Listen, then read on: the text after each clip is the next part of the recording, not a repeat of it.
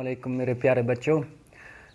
आज के लेक्चर में हम डिस्कस करेंगे क्रिस्टल लैटिस को, या जिसको हम दूसरे अल्फाज में नाम देते हैं स्पेस लैटिस का, या सिंपली इसको हम किस चीज़ का नाम देते हैं, लैटिस का जो है वो नाम देते हैं।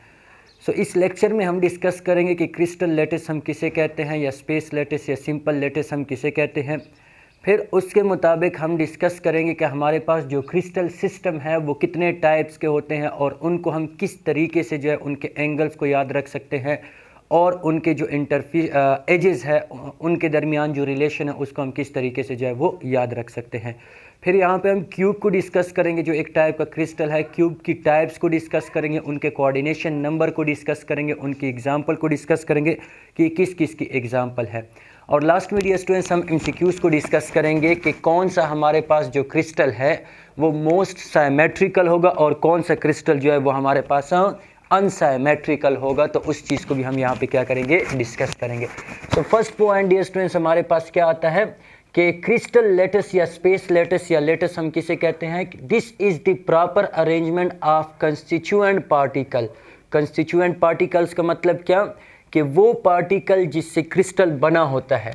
ये पार्टिकल्स डियर स्टूडेंट्स हमारे पास क्या हो सकते हैं, एटम्स भी हो सकते हैं।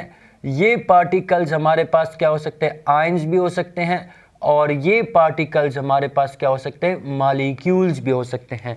So the proper arrangement of constituent particles in 3 dimension. Book में पहला ही एमसीक्यूज है कि crystal lattice is the arrangement of particle in 3 dimension. जब एटम आयन मॉलिक्यूल को हम 3 डायमेंशन में प्रॉपरली अरेंज करेंगे तो इसको हम किस चीज़ का नाम देते हैं, क्रिस्टल लैटिस का नाम देते हैं, या सिंपल लैटिस या स्पेस लैटिस का जो है वो नाम देते हैं। सपोज हम एग्जांपल लेते हैं किस चीज़ की, फॉर एग्जांपल NaCl। तो NaCl का जो क्रिस्टल होता है वो हमारे पास क्या होता है, क्यूब। यहाँ पे 2 टाइप के कलर मैंने शो किए हैं, एक ब्लू और एक हमारे पास रेड। क्यों? क्योंकि NaCl का जो क्रिस्टल है डियर स्टूडेंट्स ये बना होता है किस चीज़ से, Na पॉजिटिव से एंड हमारे पास Cl नेगेटिव से।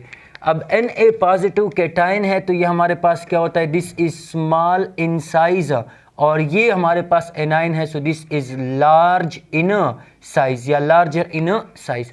तो जो चीज़ बड़ी होती है उसको हम कहाँ पे रखते हैं, वर्टेक्स पे रखते हैं या कॉर्नर पे रखते हैं। सो ये जो ब्लू कलर आप लोग देख रहे हैं ये हमारे पास क्या है, दीज आर क्लोराइड आयन, और जो रेड कलर आप लोग देख रहे हैं ये हमारे पास क्या है, सोडियम आयन। सो ये जो पार्टिकल है ये 3 डायमेंशन में प्रॉपरली अरेंज हुए हैं। That's why this is called crystal lattice या स्पेस लैटिस, या इसको हम किस चीज़ का नाम देते हैं, लैटिस का जो है वो नाम देते हैं। अब यहाँ पे जो क्रिस्टल होता है वो एक रिपीटिंग यूनिट से बना होता है, जिसको हम किस चीज़ का नाम देते हैं, यूनिट सेल का नाम देते हैं। फॉर एग्जांपल मैं आपसे कहता हूँ कि ये दीवार है, तो ये दीवार एक रिपीटिंग यूनिट से, ब्रिक्स से या ब्लॉक से बनी हुई है। अब ये जो ब्रिक्स या ब्लॉक्स है ये हमारे पास क्या है, इसका इस दीवार की यूनिट सेल है। क्यों? क्योंकि ये ब्रिक्स या ब्लॉक ये रिप्रेजेंट करते हैं all the properties of this walls. So unit cell क्या हो गया, the smallest repeating unit of a crystal which represent all the properties of crystal. चूंकि MDCAT लेक्चर है तो मैं यहाँ पे इसको लिखवा नहीं रहा हूँ, आप लोग को ऑलरेडी ये चीज़ पता है। अगर नहीं पता तो आप लोग वीडियो को पॉज करके लिख सकते हैं कि the smallest repeating unit of a crystal which repeat all the properties of crystal. जो क्रिस्टल की सारी प्रॉपर्टीज को क्या करते हैं, रिप्रेजेंट करते हैं। अब यहाँ पे डियर स्टूडेंट्स एक टर्मिनोलॉजी यूज होती है जिसको हम नाम देते हैं लैटिस पॉइंट का या लैटिस साइट का। इन पॉइंट्स को हम किस चीज़ का नाम देते हैं, जिन पे मैंने ये डॉट ड्रा किए। ये डॉट क्या हो सकते हैं, एटम्स भी हो सकते हैं। NaCl के केस में ये डॉट क्या रिप्रेजेंट कर रहे हैं, आयंस, और ये क्या हो सकते हैं, मॉलिक्यूल्स भी हो सकते हैं। So these points are called lattice points, या इसको हम किस चीज़ का नाम देते हैं, लैटिस साइट्स का जो है वो नाम देते हैं। अब यहाँ से डियर स्टूडेंट्स MCQs में पूछा जाता है कि ये पार्टिकल यहीं पे क्यों प्रेजेंट है, ये यहाँ पे क्यों नहीं प्रेजेंट है। सो याद रख लें कि एट लैटिस पॉइंट जो पोटेंशियल एनर्जी होती है वो हमारे पास क्या होती है, मिनिमम होती है। अब जितना एनर्जी हमारे पास कम होगी उतना स्टेबिलिटी क्या होगी, ज़्यादा। क्यों? क्योंकि स्टेबिलिटी और एनर्जी के दरमियान क्या रिलेशन है, इनवर्स रिलेशन। तो इन पॉइंट्स पे जो लैटिस एनर्जी है वो हमारे पास जो पोटेंशियल एनर्जी है वो हमारे पास क्या होती है, मिनिमम होती है। अब जब पोटेंशियल एनर्जी मिनिमम होगी तो स्टेबिलिटी हमारे पास क्या होगी, मैक्सिमम होगी। सो क्रिस्टल लैटिस का सिंपल अल्फाज में मतलब क्या हुआ कि पार्टिकल की अरेंजमेंट इन 3 डायमेंशन। अब क्रिस्टल सिस्टम हमारे पास, इसको डिस्कस करने से पहले आप लोग को क्रिस्टलोग्राफिक एलिमेंट्स के बारे में पता होना चाहिए। अगर आप डियर स्टूडेंट्स इसके एक पार्ट को ले लें तो इसमें हमारे पास ये 3 डायमेंशन है। This is X component, this is Y component and this component is what, this is a Z component. तो अगर आप देखें ये ऑरिजिन है, इससे x तक का जो डिस्टेंस होता है, इस पॉइंट को हम, इस लाइन को हम किसका नाम देते हैं, h का नाम देते हैं। So this is edge length along x axis, इसको हम रिप्रेजेंट करते हैं किस चीज़ से, a से। y के अलोंग जो एज लेंथ होती है इसको हम रिप्रेजेंट करते हैं b से, और z के अलोंग जो एज लेंथ होती है इसको हम रिप्रेजेंट करते हैं, बोलिए डियर स्टूडेंट्स, व्हाट, c से। So what is a b c हमारे पास क्या हो गई, एज लेंथ हो गई, एज लेंथ। तो एज लेंथ हमारे पास कितनी है, 3। One is A which represent edge length along x axis, one is B which represent edge length along y axis, one is C which represent edge length along z axis। तो अगर आप dear students ये cube की मैं बात कर रहा हूँ, this is first crystal system which is cube. अगर आप देखें इनके दरमियान एंगल भी है, तो इनके दरमियान जो एंगल होते हैं उन एंगल को हम नाम देते हैं अल्फा, बीटा एंड गामा का। सो देयर आर 3 एंगल्स, यहाँ पे हम एंगल्स का भी यूज करते हैं, interfacial angle which is alpha, beta and हमारे पास क्या होता है, गामा होता है। तो ये कुछ बुक्स में इस बी और सी के दरमियान जो एंगल है इसको नाम दिया गया है किस चीज़ का, अल्फा का। बी और ए के दरमियान जो एंगल है इसको नाम दिया गया है बीटा का। ए और सी के दरमियान जो एंगल है इसको नाम दिया गया है गामा का। और कुछ बुक में ए और बी के दरमियान जो एंगल है इसको नाम दिया गया है अल्फा का। तो हम एप्पल बुक सीरीज को मैं यूज़ करता हूँ या अपनी केपी की बुक को, उसमें हमारे पास क्या है, this is alpha, beta and gamma. So there are, इन तीनों को हम क्या कहते हैं, they are called crystallographic element, crystallographic element. इनको हम किस चीज का नाम देते हैं, क्रिस्टलोग्राफिक एलिमेंट्स का जो है वो नाम देते हैं। तो क्रिस्टलोग्राफिक एलिमेंट्स में हमारे पास क्या आ गए, क्रिस्टलोग्राफिक एलिमेंट्स में हमारे पास अल्फा, बीटा, गामा आ गए, और साथ साथ हमारे पास क्या आ गया, A B C, which are equal to 6। ये एमसीक्यूज में अक्सर औकात पूछा जाता है कि क्रिस्टलोग्राफिक एलिमेंट्स कौन कौन से हैं, alpha, beta, gamma, A B C. तो टोटल ये कितने हो गए, 3 एज लेंथ हो गए और 3 हमारे पास क्या हो गए, interfacial angle. So total crystallographic element हमारे पास कितने हो गए हैं, टोटल क्रिस्टलोग्राफिक एलिमेंट हमारे पास 6 हो गए हैं। अब ये जो क्रिस्टलोग्राफिक एलिमेंट है इनमें मुख्तलिफ टाइप की क्या होती है, रिलेशन होती है। सो फर्स्ट रिलेशन को अगर डियर स्टूडेंट्स हम डिस्कस करें तो फर्स्ट रिलेशन कैसी होती है, फर्स्ट रिलेशन इज, इसको मैं मिटा दूं, तो टोटल टाइप ऑफ क्रिस्टल, अगर आपसे कोई पूछे कि टोटल टाइप्स ऑफ क्रिस्टल हमारे पास कितने होते हैं, तो याद रख लें dear students, there are 7 types of crystal.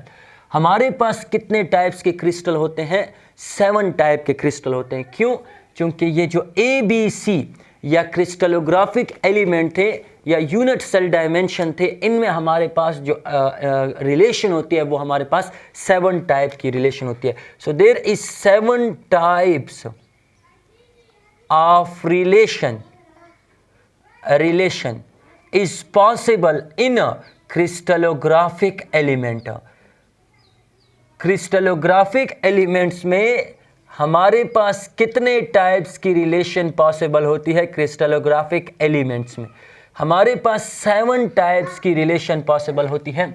इस वजह से हमारे पास जो क्रिस्टल होते हैं वो कितने टाइप के होते हैं, 7 टाइप के। So there are 7 type of relation is possible between, किस चीज़ के दरमियान, between crystallographic elements. That's why जो क्रिस्टल होते हैं वो हमारे पास कितने टाइप के होते हैं, 7 टाइप्स के होते हैं। अच्छा, उनमें से फर्स्ट वन जो हमारे पास आता है, this is called cube. Cube हम क्या, कौन सा क्रिस्टल होता है, ऐसा क्रिस्टल जिसमें edge length along X axis बराबर होता है edge length along Y axis, edge length along Y axis बराबर होता है edge length along Z axis. इसी तरह जो एंगल अल्फा होता है ये बराबर होता है बीटा के, बीटा बराबर होता है गामा के, और ये हमारे पास बराबर होता है किस चीज़ के, 90 डिग्री के। सो पहला point, cube is a type of crystal in which A B C is equal to, ये तीनों के तीनों आपस में क्या होते हैं, बराबर होते हैं।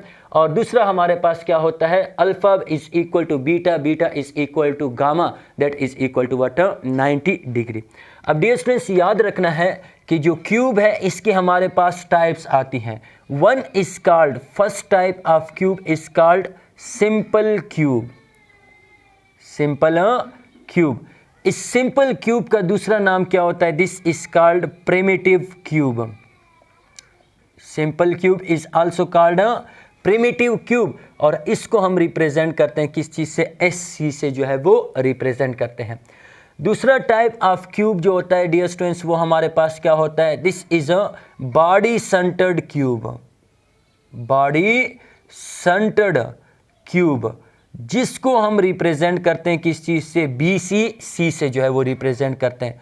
और तीसरा टाइप ऑफ क्यूब जो होता है वो हमारे पास क्या होता है? फेस सेंटर्ड क्यूब, जिसको हम रिप्रेजेंट करते हैं किस चीज से? FCC से जो है वो रिप्रेजेंट करते हैं। और एक फोर्थ भी होता है जिसको हम इंड सेंटर्ड क्यूब होते हैं कहते हैं, जो हम रिप्रेजेंट करते हैं किस चीज से? ECC से जो है वो रिप्रेजेंट करते हैं।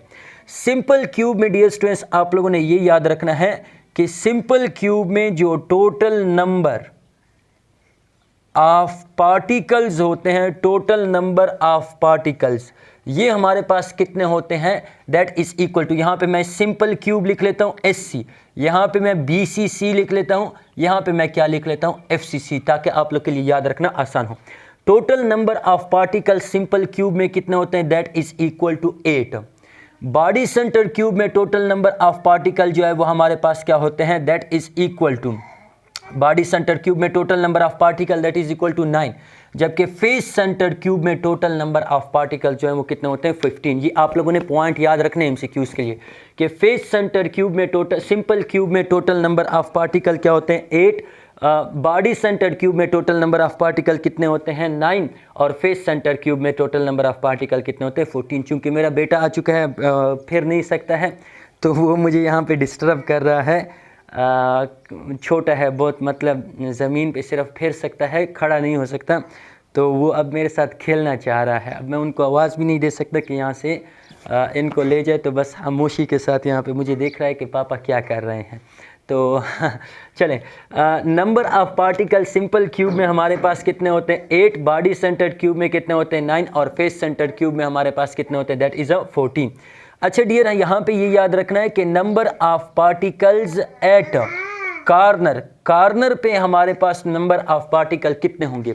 तो याद रख लें कि एक क्यूब में कितने कॉर्नर होते हैं? 8 कॉर्नर होते हैं। यानी अगर आप देखें ना, this is 1 corner, 2 corner, 3 corner, 4, 5, 6, 7, 8। So simple cube में जो 8 के 8 वाले पार्टिकल है, ये कहाँ पे प्रेजेंट होंगे? कॉर्नर पे।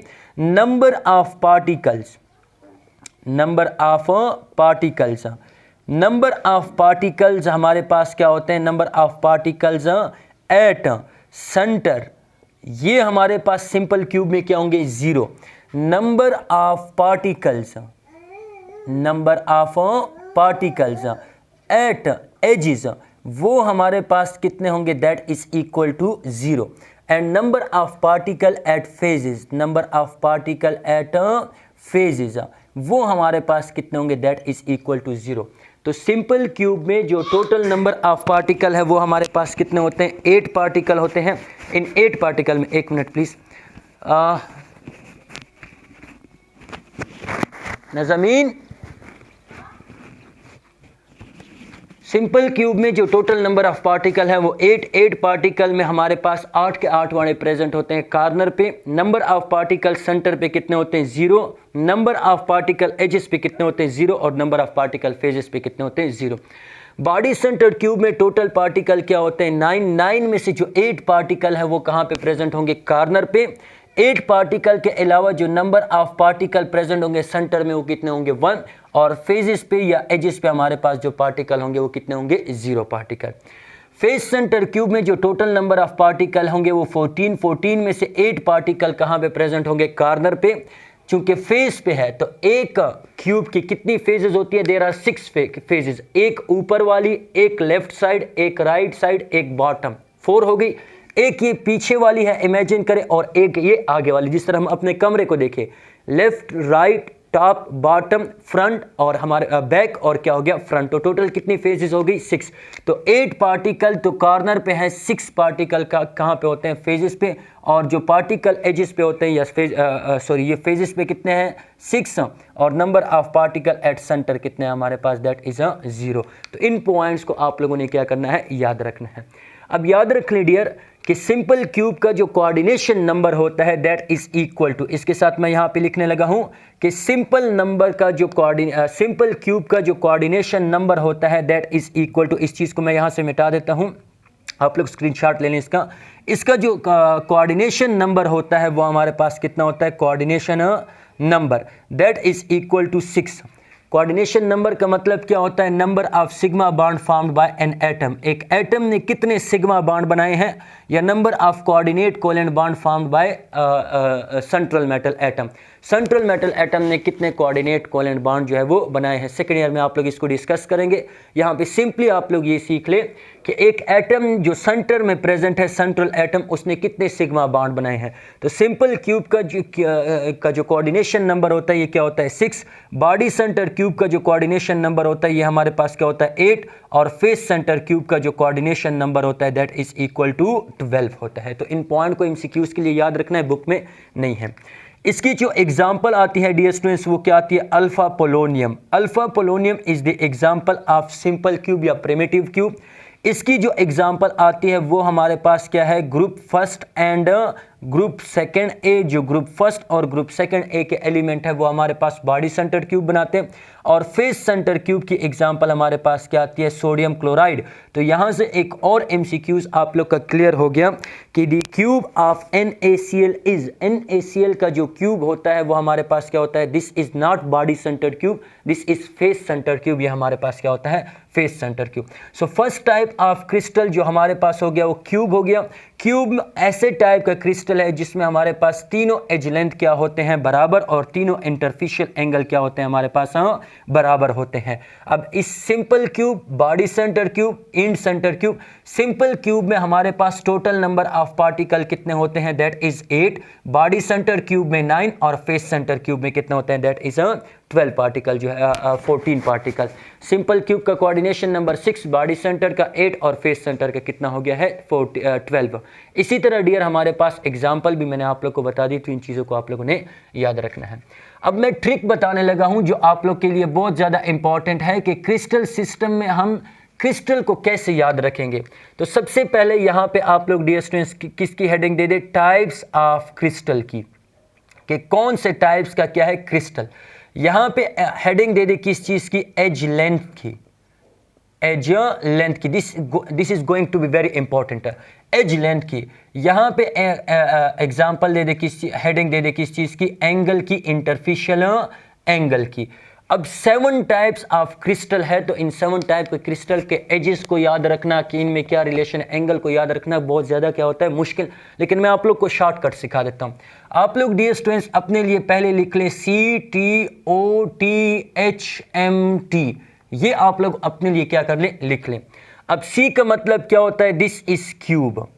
T का मतलब क्या होता है, दिस इज कॉल्ड टेट्रागोनल। इसको हम किस चीज़ का नाम देते हैं, second type of crystal which is called tetragonal. O का मतलब क्या होता है, this is called orthorhombic, orthorhombic. T का मतलब क्या होता है, दिस इज कॉल्ड ट्राइगोनल, या जिसको हम रोम्बोहीड्रल बुक में कहा गया इसको। H का मतलब क्या होता है, दिस इज कॉल्ड हेक्सागोनल, इसको हम नाम देते हैं हेक्सागोनल का। H का मतलब, M का मतलब क्या होता है, दिस इज कॉल्ड मोनोक्लिनिक। और T का मतलब क्या होता है, दिस इज कॉल्ड ट्राइक्लिनिक। तो पहले तो आप लोगों ने 7 टाइप ऑफ क्रिस्टल के नाम याद रख लिए कि इस क्यूब, टेट्रागोनल, O मतलब ऑर्थोरोम्बिक, T मतलब ट्राइगोनल या rhombohedral, hexagonal, monoclinic and triclinic. अब याद रख ले dear, in case of cube edge length A is equal to B, B is equal to C। जिस तरीके से मैं पढ़ा रहा हूं अगर आप लोगों ने यही तरीका फॉलो किया तो this will be a simplest method. फिर A is equal to B, B is not equal to C। फिर A is not equal to B, B is not equal to C। मतलब क्या हुआ कि पहले तीनों एज लेंथ क्या हो गए, बराबर, फिर 2 बराबर, 1 बराबर नहीं, फिर तीनों के तीनों बराबर नहीं। अगेन इसी ऑर्डर को डियर स्टूडेंट्स रिपीट कर लें कि A is equal to B, B is equal to C। A is equal to B, B is not equal to C। A is not equal to B, B is not equal to C। Simplest, कितना आसान हो गया, पहले तीनों बराबर, फिर 2 बराबर, 1 बराबर नहीं, फिर तीनों के तीनों बराबर नहीं। फिर इसी ऑर्डर को क्या कर ले, रिपीट कर ले। अगेन ट्राइक्लिनिक में हमारे पास तीनों के तीनों जो है वो बराबर नहीं होते। तो एज लेंथ आप लोगों ने सीख ली। Interfacial angle, in case of cube alpha is equal to beta, beta is equal to gamma, that is equal to 90 degree. In case of tetragonal, alpha is equal to beta, beta is equal to gamma, that is again equal to 90 degree. In case of orthorhombic, alpha is equal to beta, beta is equal to gamma, that is again equal. तीनों angle भी, तीन के आप लोगों ने angle भी आसानी के साथ क्या कर लिए, याद रख लिए। अब बाकियों को छोड़ दें, ट्राइक्लिनिक पे आ जाए हमारे पास। ट्राइक्लिनिक में alpha is not equal to beta, beta is not equal to what, alpha is not equal to beta, beta is not equal to gamma, that is not equal to what, 90 degree. मतलब इसमें कोई भी angle हमारे पास 90 degree का जो है वो नहीं होता। चार आप लोगों ने सीख लिए, अब तीन रह गए। ट्राइगोनल के केस में alpha is equal to beta, beta is equal to gamma, that is not equal to what dear students, 90। ये हमारे पास 90 के जो है वो बराबर नहीं होगा।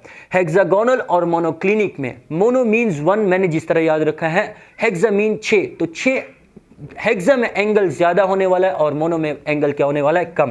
तो हेक्सागोनल में हमारे पास क्या होता है, alpha is equal to beta, that is equal to 90 degree. Gamma किसके बराबर होता है, that is equal to 120 degree.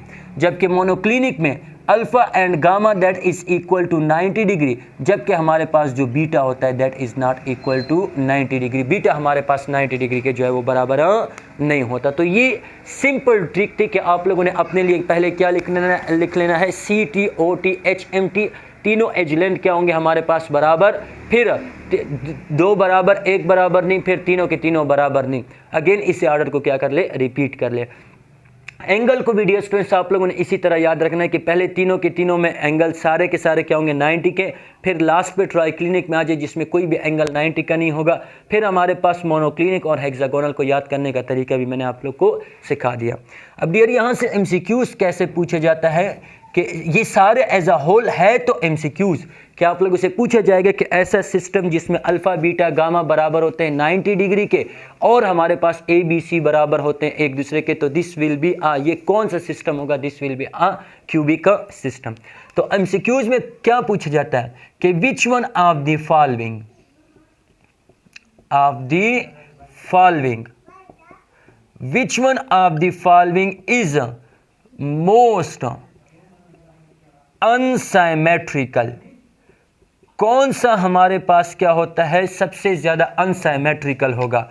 A option हमारे पास क्यूब होता है, बी ऑप्शन हमारे पास ट्राइगोनल होता है, सी ऑप्शन हमारे पास क्या होता है रोम्बोहीड्रल होता है, रोम्बोहीड्रल, और डी ऑप्शन हमारे पास क्या होता है, this is triclinic. So which one of the following is most unsymmetrical, कौन सा हमारे पास क्या होगा ज्यादा अनसाइमेट्रिकल। तो याद रख लीजिए students, triclinic is most unsymmetrical. Why triclinic is most unsymmetrical, क्योंकि ट्राइक्लिनिक में ना तो तीनों के तीनों एज लेंथ जो है वो आपस में एक दूसरे से क्या होते हैं डिफरेंट, और तीनों एंगल भी क्या होते हैं आपस में एक दूसरे से डिफरेंट होते हैं। अगर आप लोगों से पूछा गया कि which one of the following is most symmetrical, कौन सा हमारे पास सबसे ज़्यादा साइमेट्रिकल होता है, सो याद रख लें डियर स्टूडेंट्स कि क्यूब हमारे पास सबसे ज़्यादा साइमेट्रिकल होता है। वाई, बिकॉज इन क्यूब तीनों एंगल हमारे पास क्या होते हैं बराबर, और इन केस ऑफ ट्राइक्लिनिक तीनों एंगल हमारे पास क्या होते हैं और एज लेंथ मुख्तलिफ होते हैं। बाकी इन चीज़ों को भी आप लोगों ने एमसीक्यूज़ के लिए क्या करना है, याद रखना है। तो उम्मीद है कि आप लोग को समझ आई हुई होगी। मुझे इजाज़त दीजिए, अल्लाह हाफिज़।